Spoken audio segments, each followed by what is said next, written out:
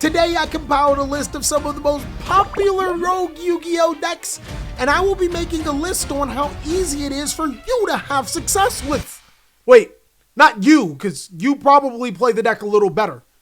I mean the average player. Of course, my friend, I can't fit every single Yu-Gi-Oh strategy here, so I want you to help me out by letting me know some strategies that I may have missed, and I will try my best to get to every single one of you guys. Without further ado, let's jump on in. So here we are, big dog, 30 of the most popular rogue Yu-Gi-Oh strategies, and I'm going to be breaking down every single one of them and their place on this particular tier list. I think that it's best to just jump on in and start off with talking about ABC. ABC actually had a huge power surge when Duelist Nexus came out because of Revolution Synchron, but as of recent, I would say it takes a really good pilot. I think one of the biggest things that is going for ABC is that Kashtira or Rise Heart is banned. My guy, that's huge! I'll take something that your girl never told you for 500, thank you very much. But I also still think only a genuinely skilled ABC player will be able to pilot through some of the treacherous decks in this format. It's gonna be really hard to play and kind of expensive. Personally, I think we got the A's and the B's. You might want to seek your way to a different deck, and that deck probably should not be Sharks. Okay, look, Sharks are budget, I'll give you that. This entire deck must cost like what? A gallon of milk that my dad must still be going to get? Overall, I think that there are other fish in the sea if you want to pick a Yu-Gi-Oh deck. Sharks are going to be a real Yu-Gi-Oh challenge.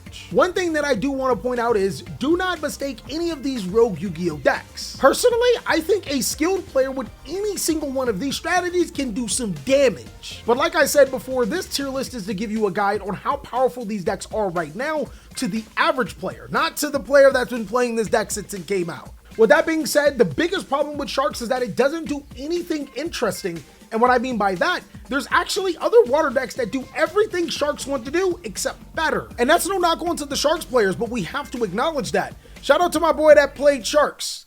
He tried to prove me wrong, but then wind up switching to Runic. Yeah, don't think I ain't forgot about you. It's almost a crime that the Chimera strategy is even considered rogue at this point in time. Who made this tier list? Wait. Damn. I mean, statistically, Chimera is rogue, but to be honest, it is one of the best Yu-Gi-Oh strategies available. The biggest thing that Chimera has going for it right now is that the branded engine did not get hit at all.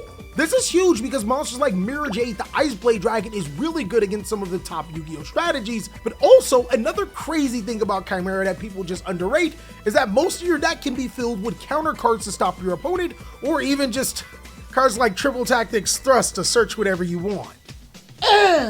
There are also players that said that I snuffed Chimera in my best decks tier list. Go ahead and check out the best decks tier list if you want to see where I placed it, and let me know if it was a little too high or too low. Cold Talkers. I would say Cold Talkers is actually in an interesting spot. Reason being is because Cold Talkers is one of the only strategies that can extra link. And I don't know if you've been living under a rock or something, but link summoning is actually pretty big again, especially when the new Age of Overlord set comes out. I personally think that that's going to be a valuable asset for Cold Talkers, but let's be honest, my guy, ain't nobody got time for that. As humans, we all like to take the path of least resistance, and who's gonna sit down and learn all of these Code Talker lines unless A, you're extremely dedicated to the deck, or B, you ain't got nothing else to do. It's not necessarily a bad deck for what it is, but you can accomplish almost the same things with other decks with less brain power. And you know how the Yu-Gi-Oh community is lacking on brain power. Dinos, my boy. Hey, look, I ain't gonna lie, me and my boy Jimmy, we about to make a Dino song, you better watch out. I will say Dinos topping YCS Cancun was crazy, but I'm gonna say that that was a fluke and it was experimental. To be honest, every time that you go to South America or Mexico, there's always some crazy deck topping. Remember Salamangreat before the new support? It got top 4. It's really starting to be less and less of a surprise, but Mexico and South America seem to come up with some of the most crazy strategies and be really successful with. I actually have to say, they're some of the most innovative players in the world, but for everyone else, yeah. Look, man, you might need to bring some experiments to bring Dinos back Jurassic Park style before this deck will be a lot better. Miscellaneous Saris is still at 1. Dogmatika. I gotta say, this is another one of them decks that got that dog in them. The biggest beef with Dogmatika in the TCG is that decks don't need their extra deck. I remember back in the day when extra decks were like super important, but nowadays, I can win with it and I can win without it. With that being said, outside of that, Dogmatika's greatest strength is activating Secret Village of the Spellcasters. I think it's experimental. I don't think that Dogmatika is bad right now, and to be honest, I actually think that Nadir Servant is a cracked Yu-Gi-Oh card, especially with a Rise Heart Band. But I'm not 100% sure if the Dogmatika monsters are strong enough to stand to the test of time of what other decks are doing. Drytron, my boy. Transformers. Drytron. More than meets the eye. I'm talking about that 21 Savage, wet the top type deck.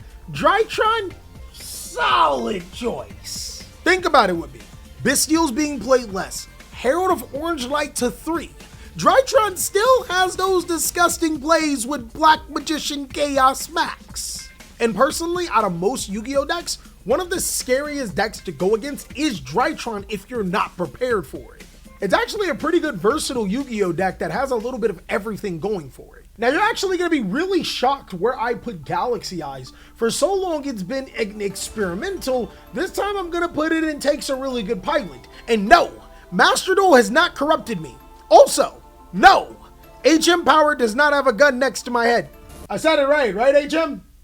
I guess that that's something that only my Master Duel players would know about, and if you guys want to catch me do Master Duel content, well, I'll be putting some more on the channel, and I also have a Master Duel Cali YouTube channel that you should check out. I actually seen that Galaxy has been doing some crazy good things. I think that it takes a really good pilot to be able to play, but I'm never going to doubt making a 128,000 attack monster. Nobody ain't playing Magic Cylinders, this is almost free game, my boy. Generaider.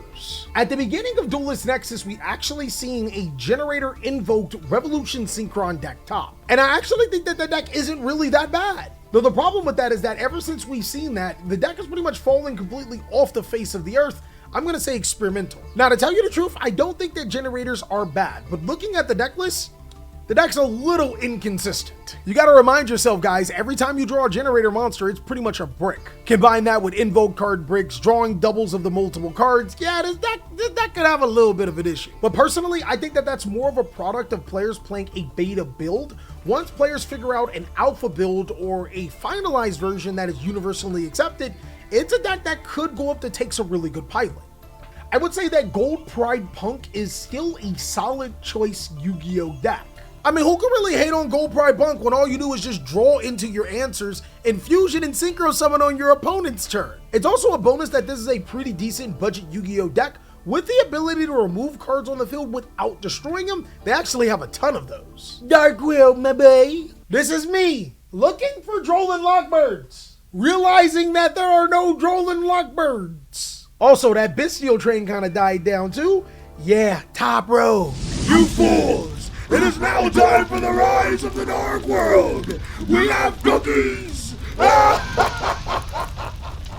I would say close to the exact same thing for Heroes. Heroes have been a solid choice budget and rogue Yu-Gi-Oh deck for a while. With no Droll and Lockbird, and this deck could already play around Nibiru, Heroes are not a bad Yu-Gi-Oh deck. Though I will say Master Hero Dark Law is a broke version of Castira Rice Heart now. Hey, Hero players, you always talk about Dark Law, but did Dark Law ever get banned? I would also put Infernoble Knight into the solid choice category. This deck does require a brain to actually pilot, but I would say that it's a little bit more rewarding than some of the other combo decks. Hell, this just might still be the best combo deck in Yu-Gi-Oh! Infernoble are pretty good at doing their things, but a deck that you will not see coming is Sweet. I think that Madolche are a real challenge. No, I'm not putting them there to piss off Mageline and Jib. Even though I'm 1-7 against Jib. Yeah, that's right, I actually beat Jib. Hey, he's one of the best Yu-Gi-Oh players in the entire world. 1-7 is an accomplishment. Unlike your football team. Personally, Madolche is way better than a real challenge. It is a solid choice Yu-Gi-Oh deck, and I would say one of the better solid choice Yu-Gi-Oh decks alongside Infernoble. With Castira Rise Heart being banned, as well as Herald of Orange Light coming off the list, I think that that's the huge boost that the deck needs to go into the right direction, and to be honest, Madolche might be the best fairy deck to be able to play Herald of Orange Light because it can just do it so well and recycle it back into your hand to use on the same turn.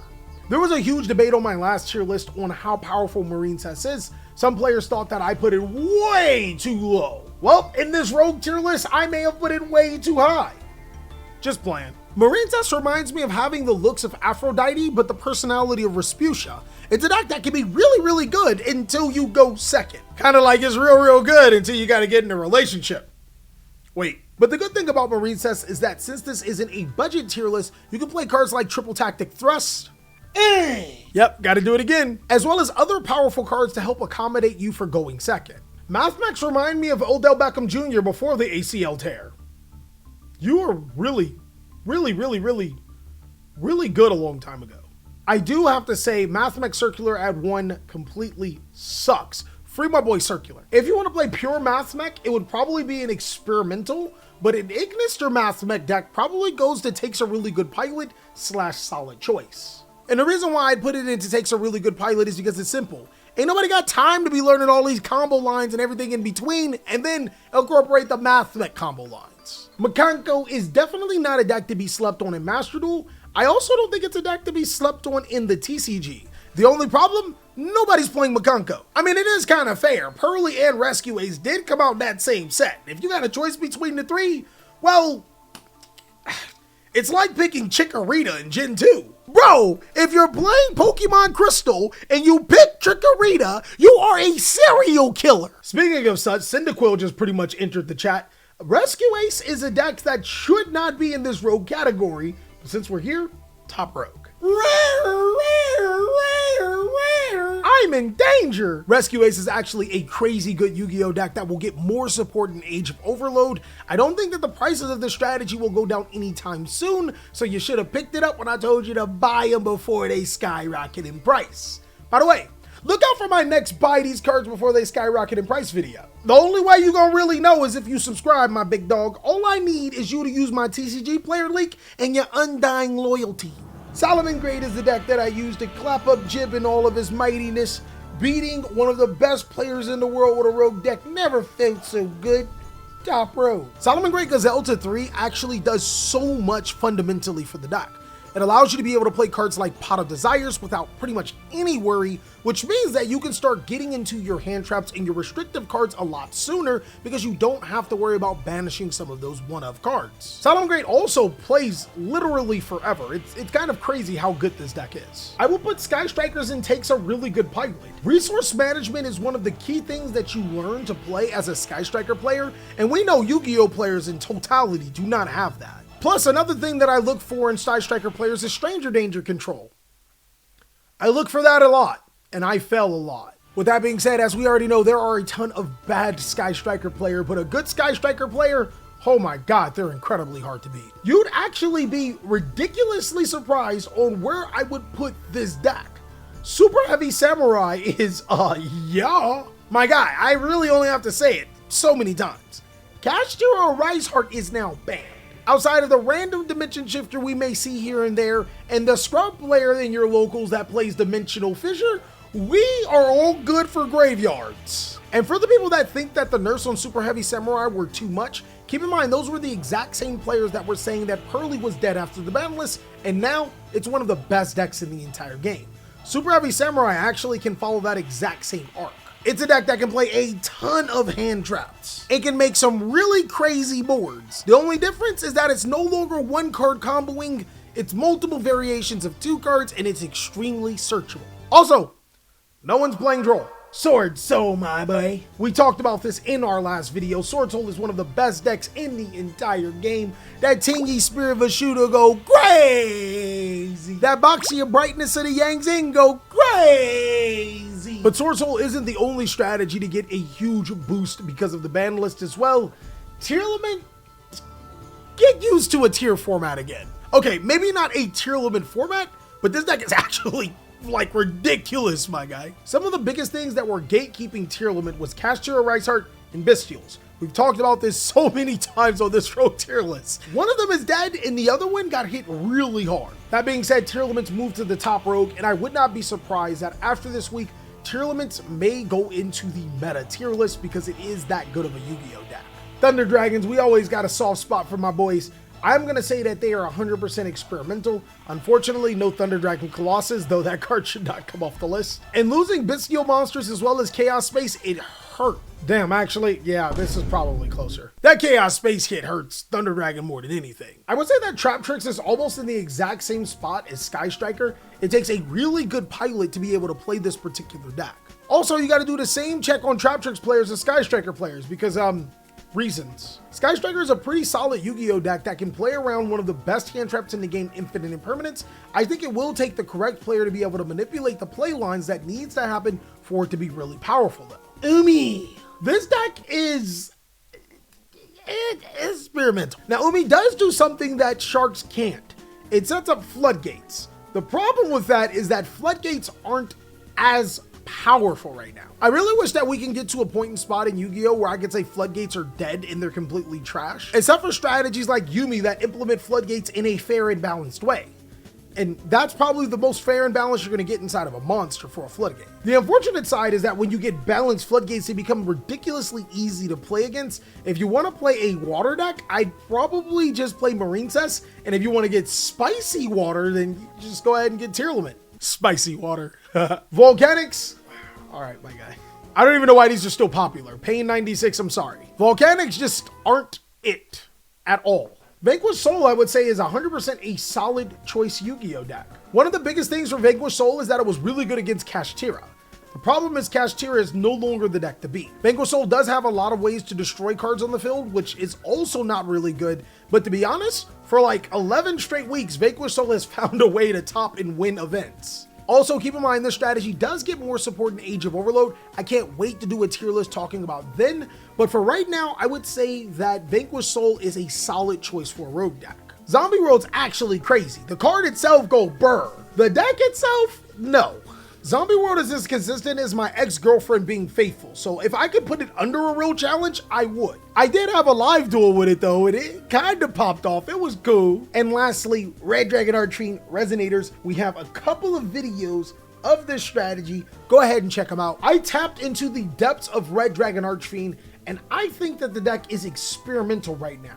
The reason why is because there aren't a lot of Dark Dragon Synchros that this deck can summon, but when we get more Dark Dragon Synchros, game over. This deck's actually a lot better than what people think and is a really fun deck to play. Jack Atlas, he pretty cool, my guy, but Black Atlas, he probably the best. And that's all that I have for my Rogue tier list on the new September 25th, 2023 format. I want you guys to let me know about the strategies that I missed, and also if you think that I put a strategy too high or too low. Be sure to check out these other amazing videos to be able to check out more amazing content, as I'll catch you on the next one.